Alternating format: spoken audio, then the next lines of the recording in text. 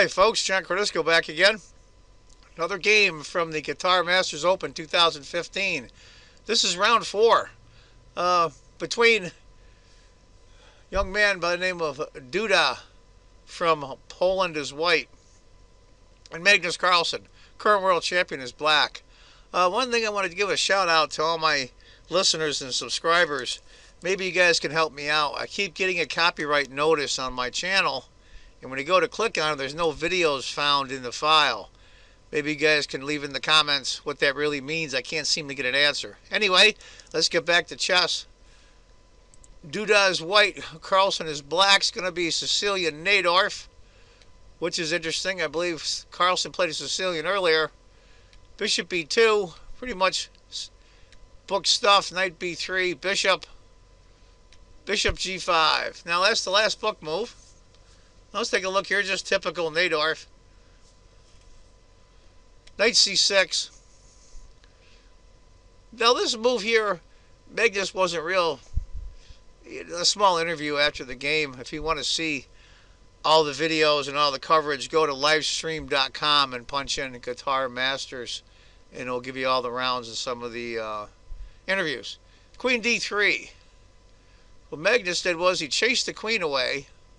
Queen to d2, and then he chased the bishop off. Now where's that bishop going to go? It's got to take, bishop takes, knight d5. That's quite an accomplishment so far. Black has the bishop pair already. Small advantage for black. Magnus is looking good here.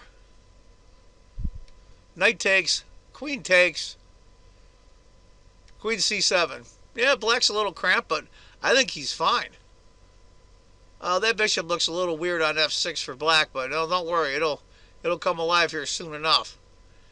And I think he's fine. He's just got to develop his light squared bishop, black does, and castle, and he's good. Castle long, typical Sicilian, opposite side castling. Bishop b7, that was an interesting move. Now, that's also the computer's move. I think most of us would have probably played bishop e6 right away, chasing the queen off.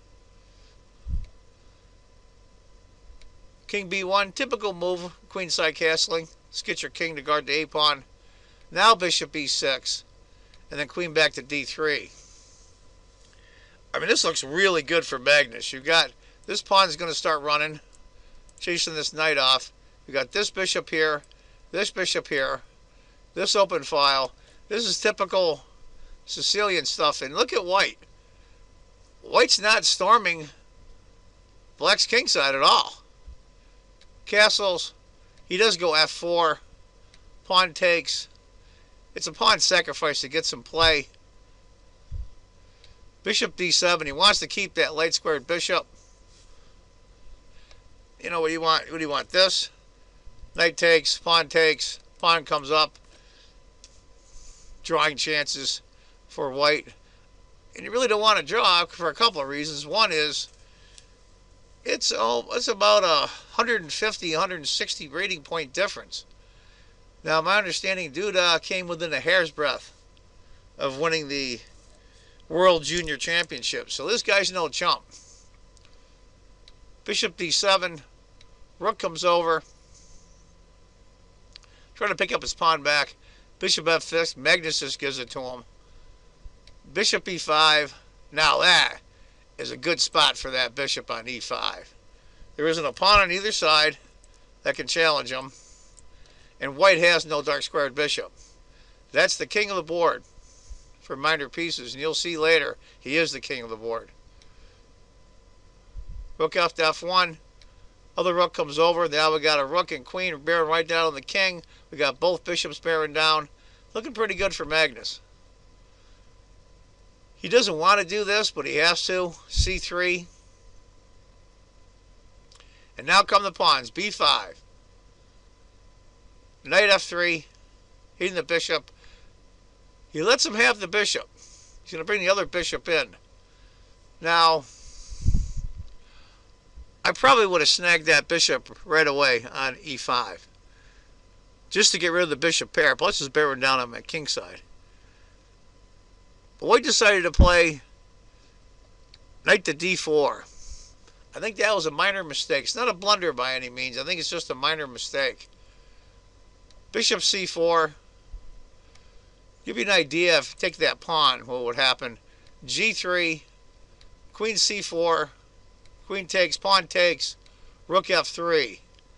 And that bishop is hurting. After bishop C4, queen F3, going right down on black's king. Black is fine here. Magnus just continues on. B4. Where he's starting to bust up White's pawns in front of his king. Bishop takes would be, looks good, but once bishop takes, queen takes, G3, black loses. After B4, C takes, sacrifices a pawn, queen B6. Bishop takes, rook takes, knight C2. The pressure's on White, there's no question. Between the queen, the rook, bishop. This rook on F8 is out of play temporarily. And Magnus fixes that right away, doubles up. And he just gives him the pawn on F7. Because there really is no attack once queen takes F7, king to H8. So he just goes rook to D2. Give you an idea if he had taken it. King, rook D2, the bishop takes. And that's crazy right there. Rook to D2, queen C6. Now, black is ganging up on the E4 pawn. Queen takes check, king. Queen F2. Queen comes back right away, but A5. In a way, he gave up that F7 pawn to pick up a tempo. What do you do here? If B takes A, rook takes E4, or queen to A8, he decides to go A3. Now right now it shows a dead even on the computer, but I wouldn't want to be White here, whether it's Magnus Carlsen or not, but especially against Magnus Carlsen. Now this kid came within a hair's breadth of being the junior world champion, so he's probably intimidated, but not badly as some other players. A takes, knight takes. Kid's holding it together against Magnus. Queen takes, check, king moves. Now he takes the knight. He has to take back, of course. Rook to A8 check. And slowly over time, Magnus has destroyed the pawns in front of White's king. Technically, Magnus is down the exchange and a pawn. King to B3, the king's got to come up. Only move. Rook to B8, hitting the pawn again. King goes to A2. Now the queen takes. Now, we're on move 37 for black. Queen takes B4. This young man was in pretty serious time pressure. And you got to ward off this attack against Magnus. Queen to E2 is the computer's choice. But I think he miscues here. And I think it's a natural move to make. Queen to C1. And bang.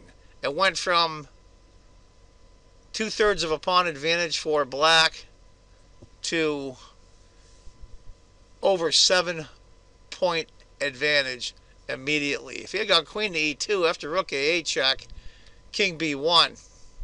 I think he might be able to survive that, but after rook c1, queen to a4 check, king to b1, queen checks, rook comes up, bishop takes. Whoa. King can't move.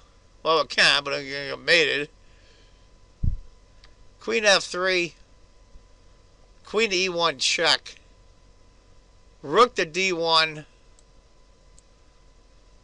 praying for a miracle, bishop to d4 discovered check, and that's where young Duda, as white from Poland, resigns.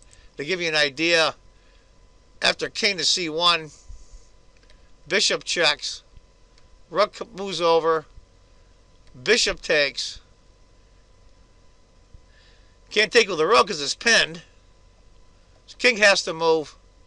Queen to e5. Rook takes. Queen to b2 check. King d3. Rook checks. You lose the queen.